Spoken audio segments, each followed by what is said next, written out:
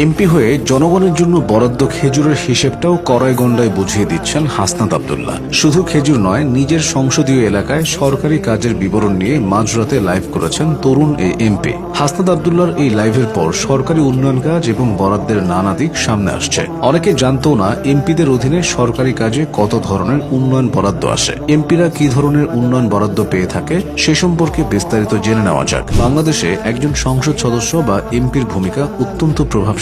সাংবিধানিকভাবে একজন এমপির প্রধান কাজ হল জাতীয় সংসদে আইন প্রণয়ন করা এবং রাষ্ট্রীয় নীতি নির্ধারণে অংশ নেওয়া। কিন্তু বাংলাদেশের রাজনৈতিক ও প্রশাসনিক সংস্কৃতিতে তারা স্থানীয় উন্নয়নের মূল চালিকা শক্তি হিসেবে কাজ করেন। একজন সংসদ সদস্য যখন নির্বাচিত হন তখন তিনি শুধু সংসদের প্রতিনিধি নন, তিনি নিজ নির্বাচনী এলাকার প্রধান অভিভাবক এবং উন্নয়নের প্রধান নিয়ন্ত্রক হিসেবে বিবেচিত হন। প্রতি বছর সরকার থেকে সংসদ সদস্যদের জন্য বিশেষ উন্নয়ন তহবিল বা থোক বরাদ্দ দেওয়া হয়। এটা মূলত তার এলাকার ছোটখাটো অবকাঠামো উন্নয়ন, বিশেষ করে রাস্তাঘাট মেরামত, ড্রেনেজ ব্যবস্থা, ধর্মীয় প্রতিষ্ঠান ও স্থানীয় শিক্ষা প্রতিষ্ঠানের জরুরি সংস্কার কাজে ব্যয় করা হয়। এই সরাসরি বরাদ্দের বাইরেও গ্রামীণ অবকাঠামো রক্ষণাবেক্ষণ কর্মসূচির আওতায় কাজের বিনিময়ে খাদ্য তথা কাবিখা এবং কাজের বিনিময়ে টাকা তথা কাবিটার মতো প্রকল্পগুলোর উপর সংসদ সদস্যের নিয়ন্ত্রণ থাকে।